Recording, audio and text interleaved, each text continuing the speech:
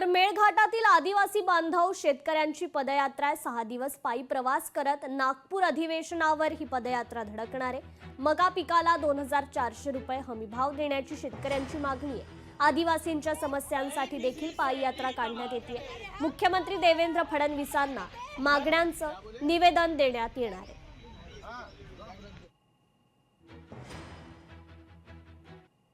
मेळघाट आणि अचलपूर परिसरातील आदिवासी व अन्य समाजाच्या बांधवांनी मोठ्या प्रमाणात यंदा मकाचं पीक घेतलेलं आहे।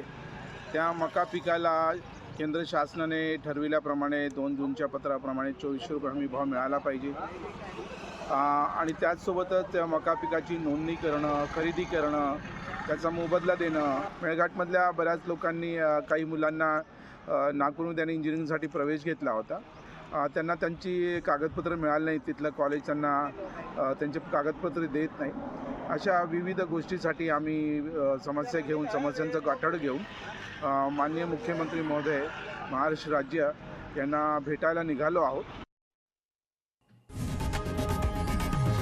लोकशाही मराठी ऐका, पहा, जागरूक रहा।